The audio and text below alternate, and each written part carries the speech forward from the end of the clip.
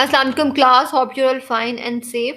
In today's lecture, we are going to start our one of the most interesting topic of the psychology, that is the personality. But before starting the personality, let's have a look of what we have previously studied. We have discussed the psychology so many times that what is psychology? Actually, psychology, you can say the psychology is the science of consciousness, where we try to explore something more important about the you can say more about the consciousness, that what is consciousness, what are the state of the sleep, what or you can say is the consciousness is purposeful, or we discussed about the sensation and perception, and we discussed about the psychology as the science of behavior as well, that what living things does is generally known as behavior. So it means that the responses and the reactions to the various kind of the stimuli. So in order to understand the mind of the other person or others animals, we have to study the behavior. Now, in today's lecture, going to start discuss about the personality. That what is personality? Obviously, we know that psychology is actually the quest of understanding about about the individuals, or you can say about the behavior. Everyone wants to know about the oneself and the other. So in today's lecture, we are going to discuss about the personality. If we talk about the learning outcome of this session, after this session you will obviously able to understand the concept of personality according what is the psychologist concept of personality, that how do the psychologists actually define and they use the concept of the personality. Then we go cover the describe the major theories of the personality, that what are the major theories of personality. It includes the psychodynamic approach to the personality. We will discuss about the different segment first theory of the personality, etc. And then we will try to explore more about the psychodynamic concept of the personality, that how actually personality makeups, etc, etc. So if I talk about if we start today's lecture and we ask you a question, what is it that makes you who you are? That is the very important question that every one of us try to you can say explore. So if we talk about the personality, if we talk about ourself or oneself, it is all about our personality. Our unique personality makes us who we are and influence everything from our relationship to the way we live. So personality is something that might be able to describe, but might be able to describe you. So when we talk about the different professionals and different psychologists who study the psychology, personality psychology, want to understand the how personality develop as well as how it influence the way we think and behavior. So if we talk about the if we come toward the definition of the meaning, or if we try to explore the word personality. So actually, when we talk about the word personality, it comes from the Latin source, that which means persona, meaning mask, especially one worn by the actor. So in ancient Greek theaters, particularly, the mask was defined as the character. Now the actor reflect their characters with the layers of makeup. So the word personality comes from the Greek word. When we talk about the personality, the word personality has a number of meaning. When we say that someone is has a very rich personality, it indicates that its individual's social effectiveness and appeal. When some intuitions advertise improve your personality, means it attempts to teach you your social skills and to enhance the appearance, and you can say the manners of the speaking in order to have the favorable reactions from others. So if we talk about the personality, what exactly the personality is?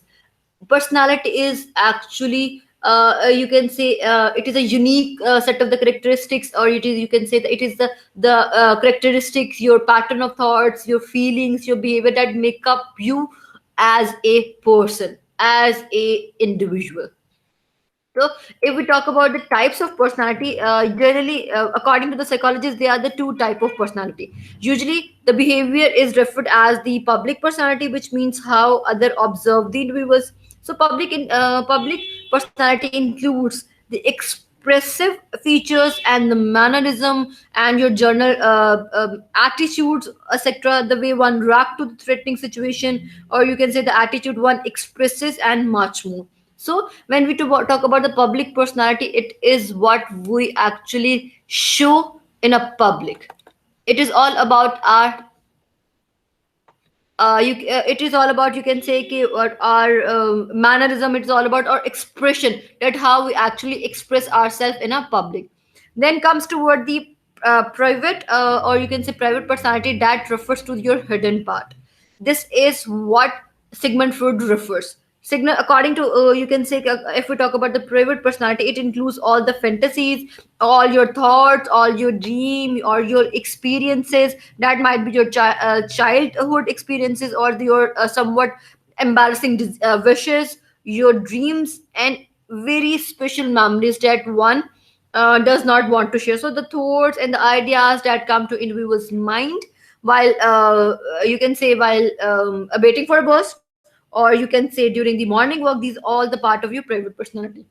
So when we talk about the personality, we have two type of personality. First one is a public personality that we actually express in a public, and the other one is a private personality. It is all about our hidden dreams, or it is all about our hidden part that we don't want to share with anyone. So when we talk about the psychology, or we want to talk about the when we talk about the personality, so they are the you can say the broad meaning of the senses. Most would argue, if we talk about specifically, if we talk about the psychologist, so many would argue that it makes you unique is the characteristics, and some will say it is not a single it is your pattern of behavior. So when we talk about the personality, there is no single agreed upon definition of personality. It is often thought of as something that arises from within the individuals, or you can say remains fairly constant throughout the life. So when we talk about the personality, what are actually the psychologist's view of the personality? It is the characteristics which make an individual as unique, which makes you and me a difficult. Here, the word characteristics implies, you can say, some consistency in behavior. That means that your tendency to act or think in a certain way in the different situations. Behavior is actually the result of the interaction between, you can say, your personal characteristics, your personality characteristics, your physical and the social condition of the environment. So when we talk about the personality, it makes it are the different combination of things. It can be your skills, it can be your characteristics, it can be your traits that make up who you are.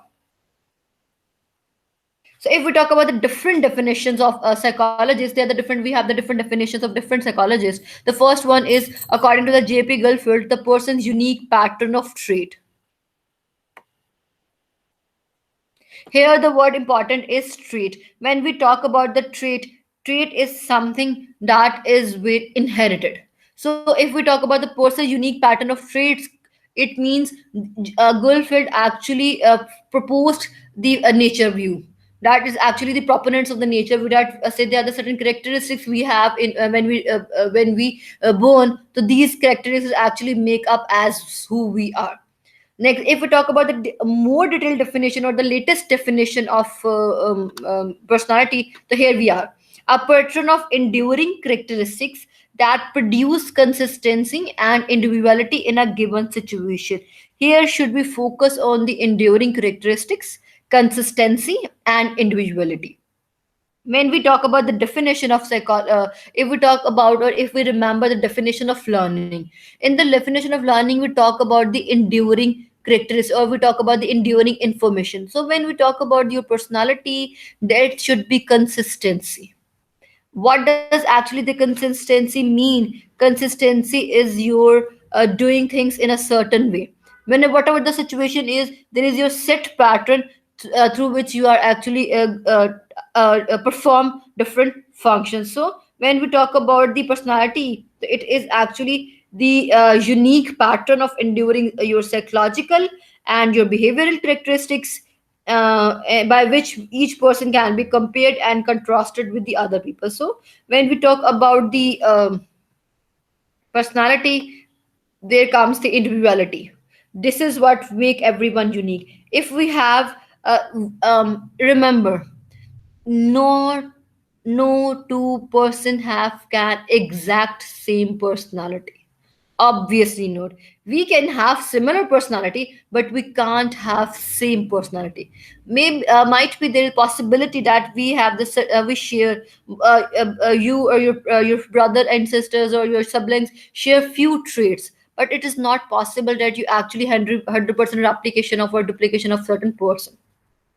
So, what are the component of personality? Okay, when we talk about the different characteristic, when we talk about the other certain characteristics, so when we talk what actually we define the word characteristics. So they are the two different, you can say that they are the two component of personality. First one is the physical, that your outlook, that is your physical feature, your outlook, your height, your weight, your color, your skin color, your body stature, your bone density. These are actually your physical stature. It includes even in the physical stature, or you can say in the physical characteristic, your clothing, your how you actually carry yourself. These are all come under the umbrella of the physical. The next one is cognitive and intellectual. This is all about your mind. This is all about your consciousness. How do you think? What do you think? What is your what is the status of your memory? Do you have a sharp memory? What ideas you actually propose when you are discussing different sort of when you are in the participate in the form of the certain discussions, and what is your aptitude? So when we talk about the component of personality, again I am repeating, personality is actually your unique set of characteristic. Remember, the unique combination of characteristic. That combination might be of physical and might be of cognitive. Someone will have the height, someone will have weight, someone will have the different color. But thinking, memory, ideas, everyone have the different memory, everyone have the different idea. We are not talking about the average person. We are talking about some individuality that make you and me unique. Now coming toward the factors of determined personality. Here's, if you remember the nature nurture view of the chapter one. Here we are talking about the nature and nurture view of the form of a person. First one is heredity, that is the nature. These are the innate characteristics. These are actually the innate characteristics. Here you are focusing on, actually here you can say here you are focusing on your heredity. What you have inherited is actually the part of your personality. It can be your eye color, your skin color, your height, your body stature. These are all the example of the hereditary factors, that is your nature. Obviously, when we talk about a child, usually the child inherits from his forefathers in the form of the different chromosomes, or you can say they are the different form. So when we talk about the heredity, it determines the person's temperament and each and everything. The next come is actually the environmental and the nurture. Here comes the you can say the environment or the cultural factors. Obviously, we understand, we know that genetics and hereditary factors affect personality, but you can't give the credit to only to the nature. Obviously, nurture play a important role in your upbringing. What if we talk about the environmental fact? These are might these can be your cultural factors, these can be your social factors, these are your internal factors. So for example, for example, malnourishment example, sort of things. So when we talk about your personality, actually your personality is the combination, or you can say it is the actual the interaction between the environment and your personal factors. That your environment interact to some extent, you can say that your upbringing, your life experiences, your genetics, that all the factors contribute to the person who you are. So when we talk about the factors determining the personality, it can be your nature, it can be your nurture, it can be your upbringing, it can be your life experiences, it can be your genetics. But remember, your personality is actually the result of the interaction, the how the nature interact with the nurture, how the nurture interact with the nature. Now, coming toward the different theories of personality, this is a very important. There are the number of theories have emerged to explain the aspect of the personality. Some are focused on explaining how personality develop, and different certain are concerned with the individual differences in personality. So, in next session, we are going to discuss about the different theories of personality. We have five different theories, or you can say approaches to the personality. First one is psychodynamic approach, which is inspired by the Sigmund Freud. Trait theory, social learning approach, biological perspective, and the humanistic perspective. Now, coming toward the psychodynamic approach. Now, here, remember the psychodynamic perspective of psychology. We discussed about the different school of thoughts. We started with the structuralism, then we talked about the functionalism, then we talked about the behaviorism, and then the fourth school of thought was the psychodynamic approach. This school of thought, or you can say this approach, is actually inspired by that school of thought of the psychology. That is the psychodynamic approach, or you can say the psychodynamic approach to the personality. If we talk about what is psychodynamic approach to the personality, your psychodynamic approach is actually based on the idea that personality is primarily unconscious, and it is motivated by the inner forces and the conflict about which we being a person, we being an individual, or we people have little awareness. Remember the psychodynamic theory of approach of the Sigmund Freud? What he said? He said the same thing. He said that there are the certain unconscious desires which are actually controlling the person. Same is the case with the psychodynamic approach. Psychodynamic approach, or you can say perspective, argues that your inner thoughts, your unconscious, they are the different conflicts which actually influence our personality.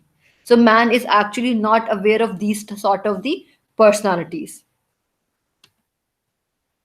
In the psychodynamic perspective, we will focus on the two theories. First one will be the Sigmund Freud, or the second one will be Carl Jung theory. So first we are talking about the Freud psychoanalytical theory. I am repeating what is actually the psychodynamic approach. Psychodynamic approach said that they are the certain, you can say they are the certain unconscious desires or unconscious conflicts or unconscious motives and the desires that actually make up our personality.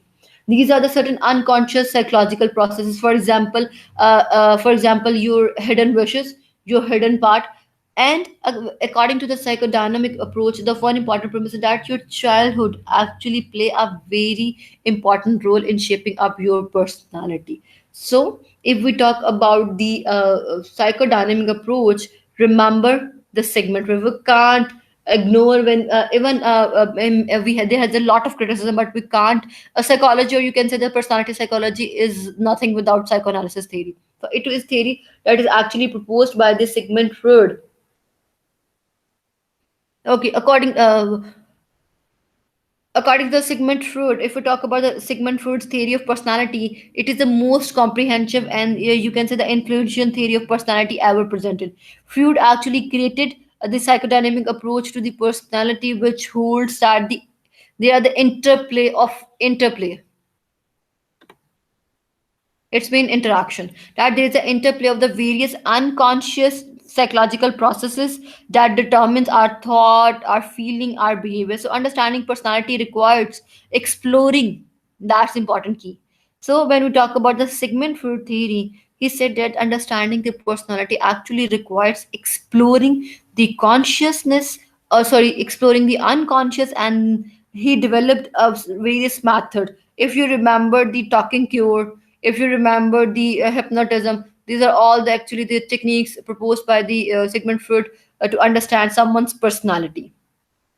So when we talk about the if we explore more about the Freud theory is actually based on his based, you can say, the based on the certain fundamental principles, or you can say Freud theory of personality is a grand theory that boldly attempts to explain the origin and the course of personality development. All the personality development base are based on these. You can say the based on the Sigmund Freud's experiment. Okay, for Freud, if we talk about what are the fundamental premises of this approach, if we talk about the for Freud, all the behavior is motivated. Every human action has the purpose and cause. According to the Freud, human have no free will. Our every action has some purpose, every action has certain cause. There is no room for chance even in his theory. All the acts are determined by the motives. These are the motives that are unconscious motive. So when we talk about the determinism, or you if we remember the concept of the free will and determinism we discussed in the chapter 1, here he is talked about the determinism, that whole the human behavior does not occur randomly. It is according to the your intra, you can say it is according to your interpsychic cause.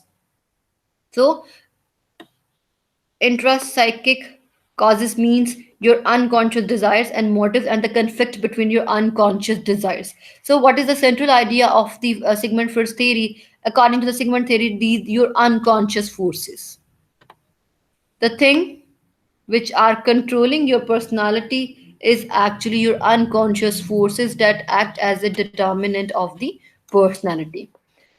Now, if explore more about the Sigmund Freud, according to the Sigmund Freud, that is the most interesting part. Please listen. This is the most, you can say, the interesting part of the Freud theory. According to the Freud, people are born with the basic instinct or needs, not only for the food, water, but also for the different aggressions. There are the different other sort of needs regardless of their biological needs. He believed that these needs, that need for love, your need for knowledge, your security and the like, are derived from the more fundamental desires. It's mean that according to the Freud, when we talked about the nature, we talked about the different different biological needs that we are required to survive in us, survive. But according to the Freud, we have certain sort of the desires. These desires are all about, these desires can be of based on the aggression or based on any other thing. So according to the Freud, these instinct, Freud actually describe these three these basic instinct into the two categories. First one is life instinct. These are collectively refer as eros, based on the god of love.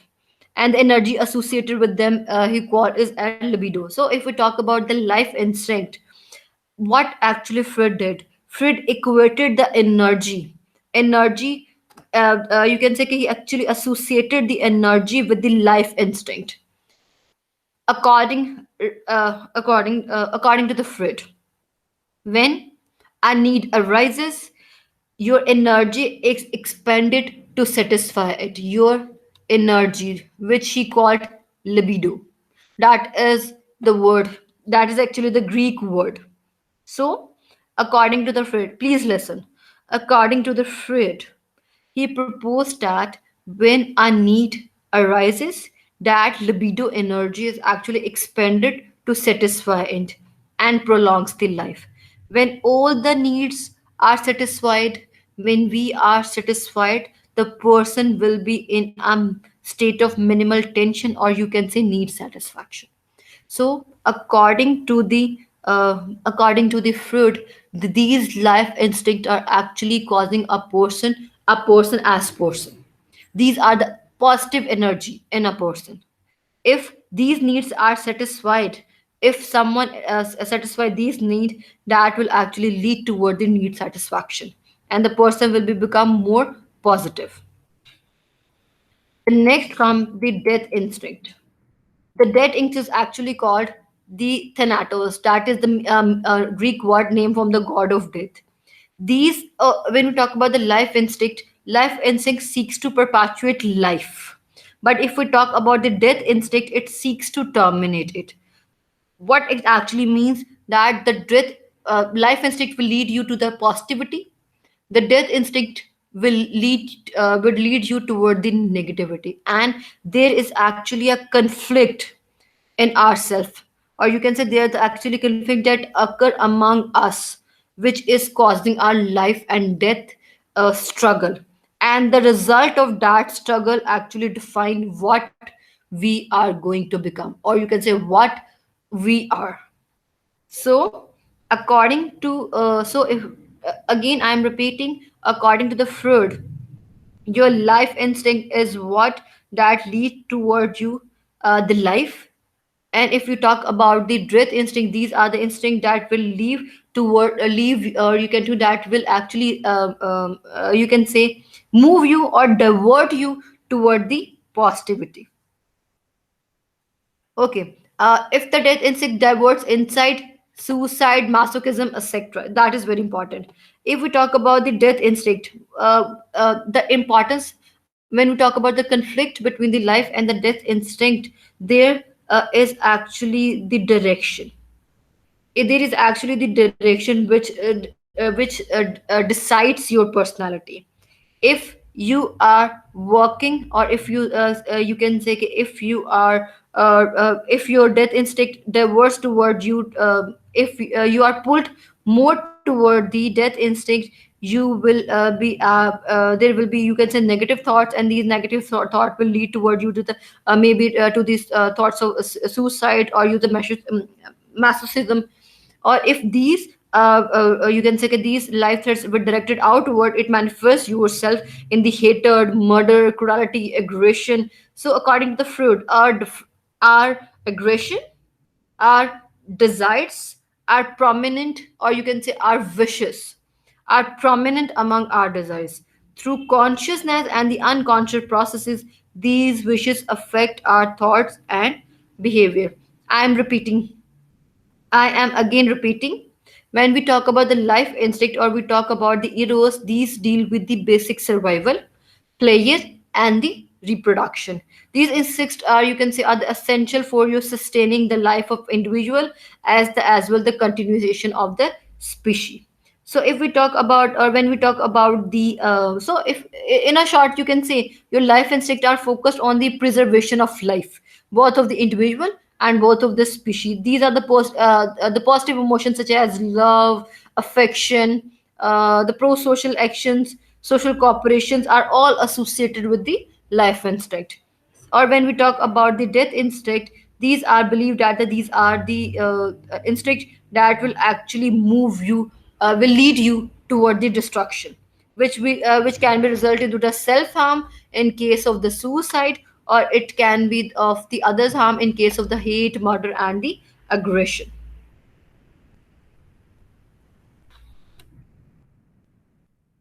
Now, the next part of this Jung's theory is actually the structure of mind.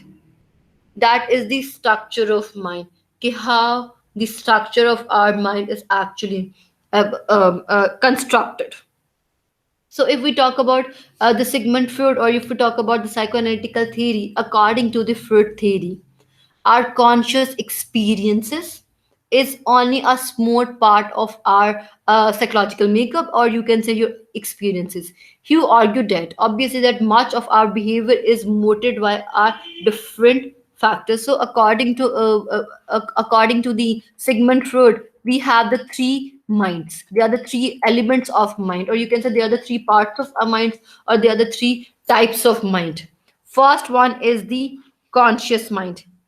This is what we are always talking about when we discuss the consciousness, when we talked about the dual track theory, when we talk about the sensation, when we talk about the when we talk about the you can say perception, we were talking about the our conscious mind, that it represents a part which actually visible and apparent to everyone. This is what we use in defining our personality. This is what we discussed all about the you can say our life experiences. Then comes the subconscious part. Here comes the subconscious mind, or we call it the pre-conscious mind. That is the second major part of the consciousness, about those events in which the person is not aware at the moment. It consists of the information, or you can say it consists of the information, thoughts, ideas, beliefs, which might temporarily be forgotten, or which could be retrieved easily when they are wanted. Works like a long-term memory, permanently store information. Okay, when we talk about, I'm repeating, when we talk according to the Sigmund Freud, we have the three major component of the we have the three major components of you can say mind. This you can say,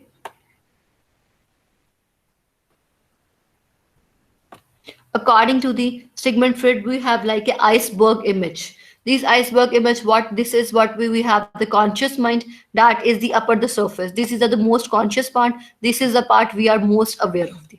Here comes the pre-conscious part, or you can say subconscious part, which contains the information, or which contains the ideas, beliefs, which are temporarily be forgotten, but which could be retrieved. Here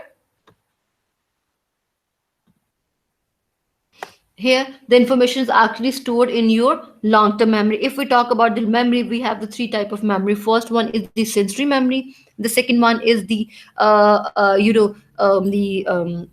short term memory, and the third one is a long term memory. And when you know the information is the you can say when the information is placed in the long term memory, it can be retrieved, but it will take time to retrieve that particular information. So when we talk about the subconscious mind, it is related to the, you can say it is related to the long term memory.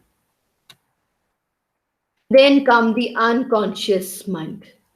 This is the main component or the main crux of the Sigmund Freud theory. If we talk about the unconscious mind, this is the part we are totally unaware. We don't know about anything. This is the large, submissive, hidden, submerged, represent part of the iceberg. It contains all the kind of disturbing and you can say emotionally significant ideas and the memories exerted a powerful and the unseen influence on the consciousness and the subconsciousness. So this is what this is the part where lies the actually where lies the Sigmund Freud's unconscious desires. All the unconscious desires Sigmund Freud talking about from the first day is actually available, or you can say it's actually present in the your unconscious mind. So it was this unconscious portion of the mind that Freud sought out explored by the technique of the free association. Or when we talk about the slip of tongue in the class, we discuss many times about the slip of tongue. This is what we call Freudian slip of tongue. According to the Freud, there is nothing as obviously according to the Freud, every action has some purpose and so forth. So when we talk about that we have a slip of tongue, according to the Freud, it is not just a slip of tongue. Actually there is a something, there is a some information that comes in your that comes actually from your unconscious to the consciousness. And how, why it is academic that you are you are actually motivated unconsciously.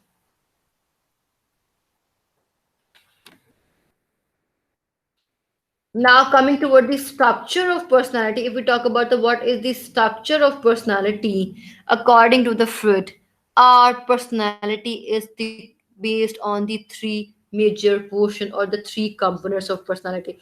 If you remember your chapter number 1, in which we discuss about the psychodynamic environment. Here, there actually I discussed about this id or a super id and ego. Now we are actually going to explore more about the id, super id of the personality. So for Freud, actually, what Freud think? The Freud think that the human personality arises from the conflict between our aggressive, player-seeking impulses and are the social restraints against them. Our personality is result from an effort to resolve this basic conflict. Conflict enters at the three interacting level, that it, ego, and the superego. Earlier, Freud differentiated among the consciousness, the preconsciousness, and the unconsciousness. The unconsciousness, I'm repeating, the unconsciousness consists of those things which we are aware at any given point. The preconsciousness consists of the things that we which are not aware, but of which we could easily become aware. But when we talk about the unconscious mind, these are the memories that are actively repressed, or you can say that are actively hidden from our consciousness, or they can't be they you can say they can't be made consciousness without, or they can't be make conscious without a little effort. So according to the Freud, according to the Freud, if we talk about the more if we talk about the Freud, so then we have the three components, or we can say that we have the three structure. There are the three levels of structure of mind. Now we are talking about the structure of personality, and according to the him, we have the three elements of the personality. These all element have its own function. So the major actually how we behave, or how do our personality shape up, it is based on the interaction between these major components. The first one is it. That is the Latin word meaning it. The it contains all your passion, all your instinct. The it is the driving force of your personality. The it is the most primitive part of your personality, from which you can say the from which your ego and the super ego later develop. It is the present in the newborn infant and consists of the basic biological impulses: the need to eat, to drink, to eliminate waste, to avoid pain, to gain different players. So, if we talk about the id, these are your unconscious desires. It includes aggression. It includes your desire to eat, your desire to drink, your desire to avoid pain, your desire to have pleasure. So these are all based on the id. The it actually, if we talk about the it actually talked about, or you can say these this is the unorganized part of your personality, which who have the sole purpose to reduce the tension created by the different drives. For example, if we talk about the if we talk about the id, then it seeks to if we talk about the sid, it is your basic desires. And what is actually the function of it? If we talk about the different function of the it seeks immediate gratification of your impulses. It need immediate gratification of your hunger, of your thirst, of your avoiding pain, and of your of having pleasure, any kind of pleasure. So when we talked about the it actually operates according to the pleasure principle,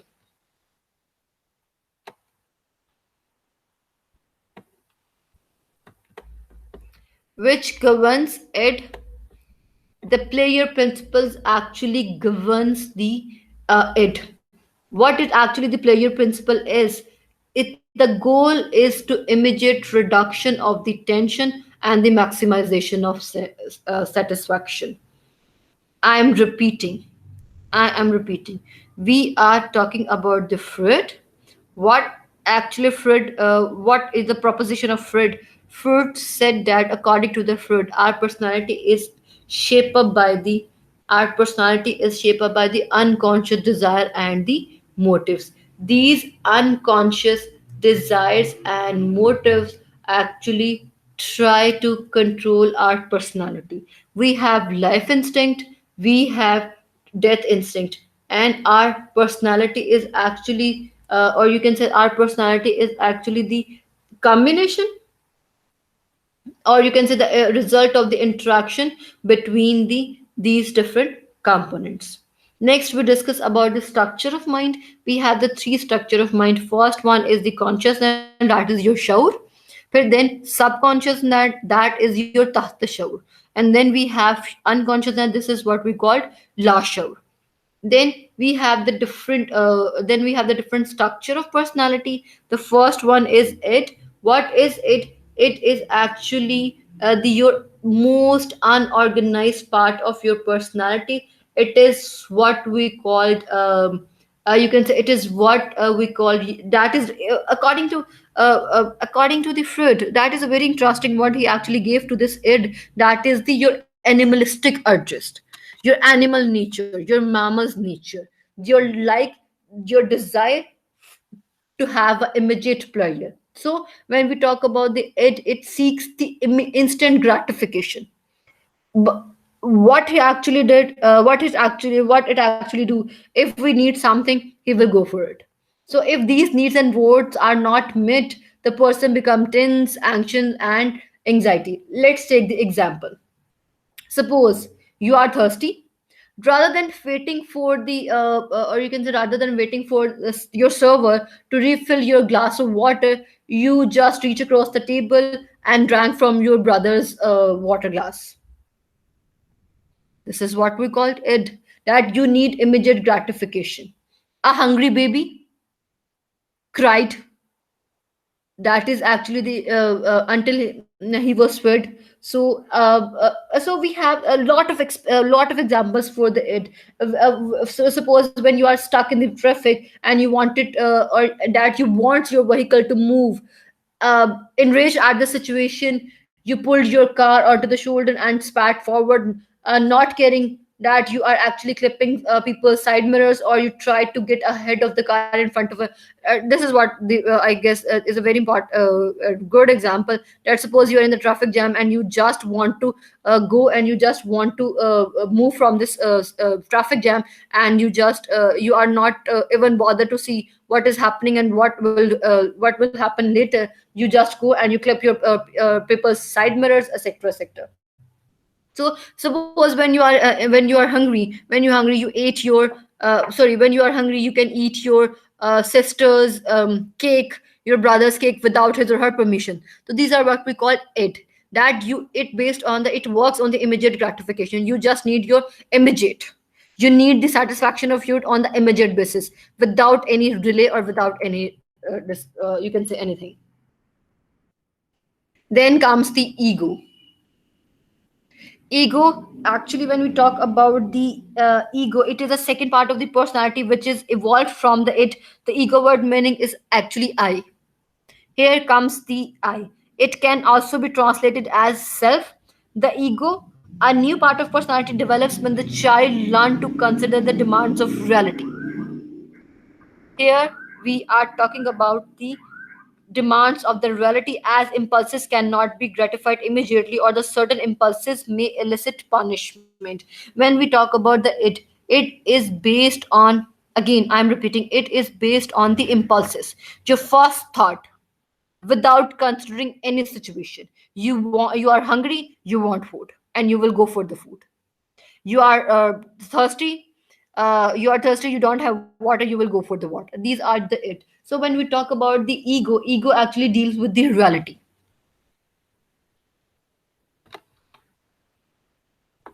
It actually deal with the reality. It is try to meet the desires of the it in a way that it is socially acceptable in the world. I am repeating that is socially acceptable in the world. This means that you will delay your gratification, or you try to, or you can say you help to get rid of the tension that it feel if a desire is not met right away. The ego recognize that other person have need and want to. This is actually ego is the reality check. Ego is what it is, the reality check, and so it operates on the reality principle. I am repeating, what is ego? Ego is the part of personality that attempts to balance the desires of the it and the realities of the objective world, outside world. So it is actually, you can say, the bridge between your desires and the society. That is a barrier, or that is a bridge through which you actually try to satisfy your impulses. You try to satisfy your impulses, keeping the social reality in consideration. So actually when we talk about the ego built is on ego builds on the reality principle. What is actually the reality principle? It means that the gratification of impulses must be delayed. The focus is on delayed until the appropriate environmental conditions are found. You will not just go for the immediate gratification, but until you will delay. Sometimes you will delay the gratification, and you will until or unless you have the appropriate working environment. For example, delay to satisfy hunger until having your own food, not by snatching. So, when we talk about it is the exactive of personality, which means it makes decisions, it control your actions, it allow thinking and problem solving a higher order than the it capability means. Let's take the previous examples. In the previous example, I said that suppose you are thirsty. You are in the previous situation we discussed about that you are thirsty and you just go and drink your friends or your brother's a glass of water. You didn't even wait to refill your own glass of water. So now what actually ego do? Suppose you were thirsty. However, you knew that your server would be back soon to refill your water glass, so you waited until then to get a drink, even though you really wanted to drink from your brother's glass. This is what we call it. You are thirsty, you want to have water, you wait for the waiter to come, or you wait for someone to come, and then you drink your own glass of water rather than drinking from your or then drinking your brother's or sister's glass of water. This is what we call relative principle. What is the player principle? You will go and just snatch a glass of water from your sibling. But in case of ego, you will not snatch. You will not. Drink your friends or your siblings a glass of water. But you will wait for your own glass of water and then you will drink. This is what we called the relative principle. It actually play a very very important role in the minimizing the anxiety. Why? Because it is actually neutralizing. It is actually try to control your actions.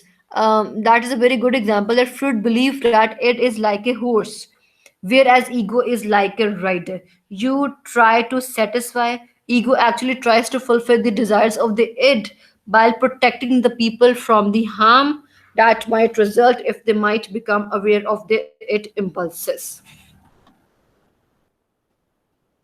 So next is the superego. Superego is actually, you can say, it is the most advanced, or you can say the third component of personality, where you are adding a more layer of moral control. Here we are talking about the moral control. The superego develops the last, and you can say it is based on the moral and judgment about what is right and what is wrong. Even though the ego or superego may reach the same decision about sometimes, the you can say the superego reasons for the decision is more based on the value and morality. The ego's decision, I am repeating, the ego's decision is based more on what others will think, but what the consequences of actions could be on the individuals. But when we talk about ego especially focus on the morality. It is the part of personality that is specifically judge the morality of our principles. It represents what is right and wrong of the society as taught and modeled by the person parent.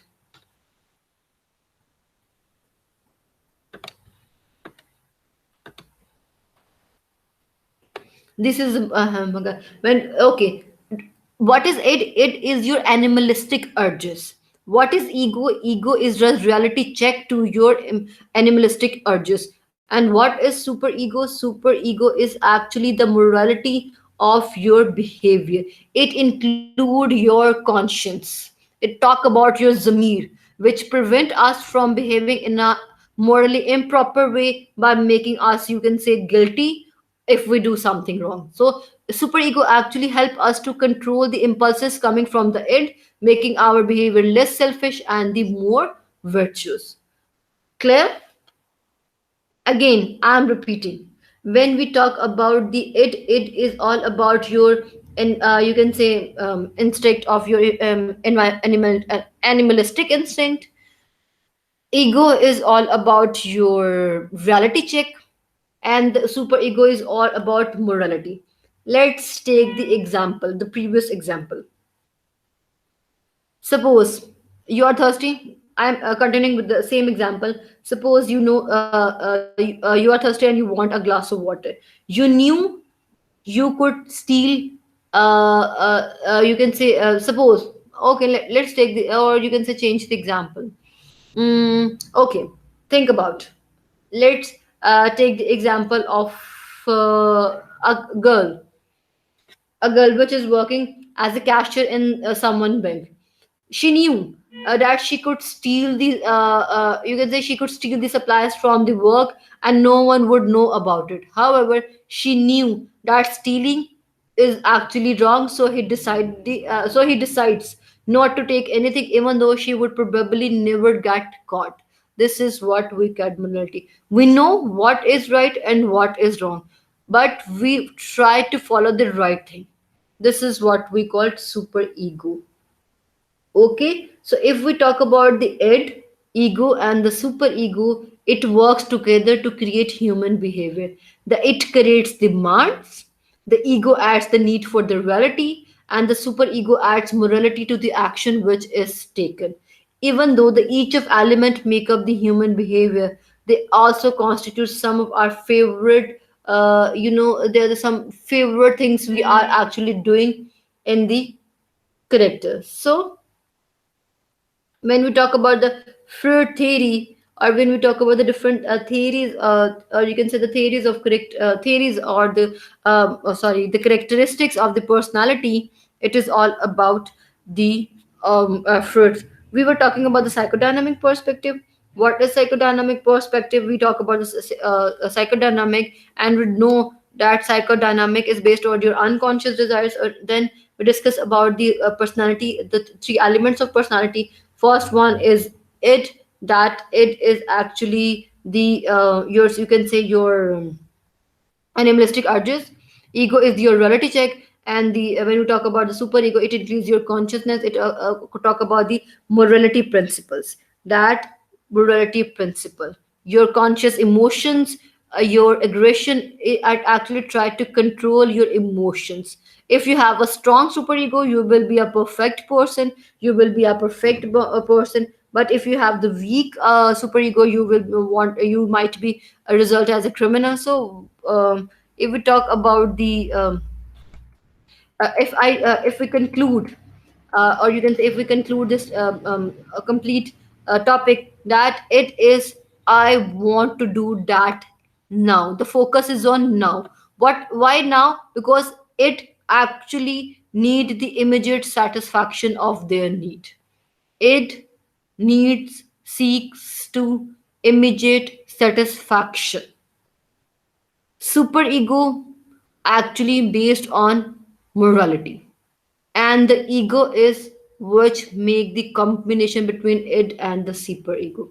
I am repeating, the it or superego, both are realistic, or you can say, or both are not realistic and practical.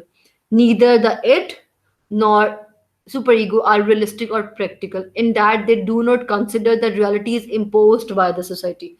The superego, let's take the example of the superego. If it left to operate without restraints, it would create perfectionist, unable to make the compromise that life requires. And unrestrained or uncontrolled, it would create a primitive, player seeking, thoughtless individual seeking to fulfill every desire. You can say the person will be like an animal who want to do anything just to seek any kind of pleasure. So what is ego, or what is the role of ego? Ego is the thing that actually neutralize between the it and the psycho. It actually negotiate between the demands of the superego and the demands of the. This is that midway. Ego is actually the midway between the you can say is a midway between the it and the superego. Even sometimes the three components of the personality are in opposition. The ego postpones the gratification, the id wants immediately, and the superego battles with this. So there is a battle. According to Freud, there is a battle between id, superego, and the ego. And if the ego, if it will surpass, the animal will be the person will be a negative sort. If superego surpass the person will be like the like a sort of the mother teresa, which based on all the morality. But if we talk about the normal person, the ego will always play an important ego will be in the play. So this is all about today's lecture. Let me revise what we have discussed in the in today's lecture. In today's lecture, we have started with the definition of personality. That what is personality? Personality is actually the combination of, or you can say, personality is actually the combination of the unique set of traits, unique set of characteristic pattern behaviors that actually make you what you are. Then we discuss about the two type of personality. That one is a public personality, that you actually what you actually depict, or what you actually show in the you can say what you actually represent in a public, your mannerism, your professionalism. These are all based on the uh, public personality. Then we talk about the private personality. Private personality is all about based on your you can say your hidden part, your hidden emotions, or your unconscious part. Then we discussed about the different aspect of the personality. We discussed about the nature nurture debate of the personality. Obviously your personality is not based on the single trait, it is a combination of the nature and the nurture. Then we discuss about the different personality theories of personality, in which we discuss about the psychodynamic personality. Obviously, when we discuss about the psychodynamic perspective, this includes all the theories which, or you can say the psychodynamic approach includes all the theories in psychology that see human functioning based on the interaction of the different desires and the forces within the person, particularly the unconscious and between the different structure of personality. Then we discussed about the Sigmund Freud. That Sigmund Freud's analysis was the original psychodynamic analysis, and afterward there are the different manipulations, or there are the different work or research on the psychodynamic approach. So, if we talk about the psychodynamic approach, it is based on the unconscious desires, and the Sigmund Freud proposed that a three-layer mind, that is the unconscious, preconscious, and the unconscious mind, preconscious mind, and the conscious mind. Then he talked about the three different structure of the personality: id, super ego, and the ego. Inshallah, in the coming lecture, I will discuss about the next theory of personality, that is the Jung's theory of personality. Until then, if you have any question, I will address your question in the you can say I will address your question in the interactive session. Until now, take care. Allah Hafiz.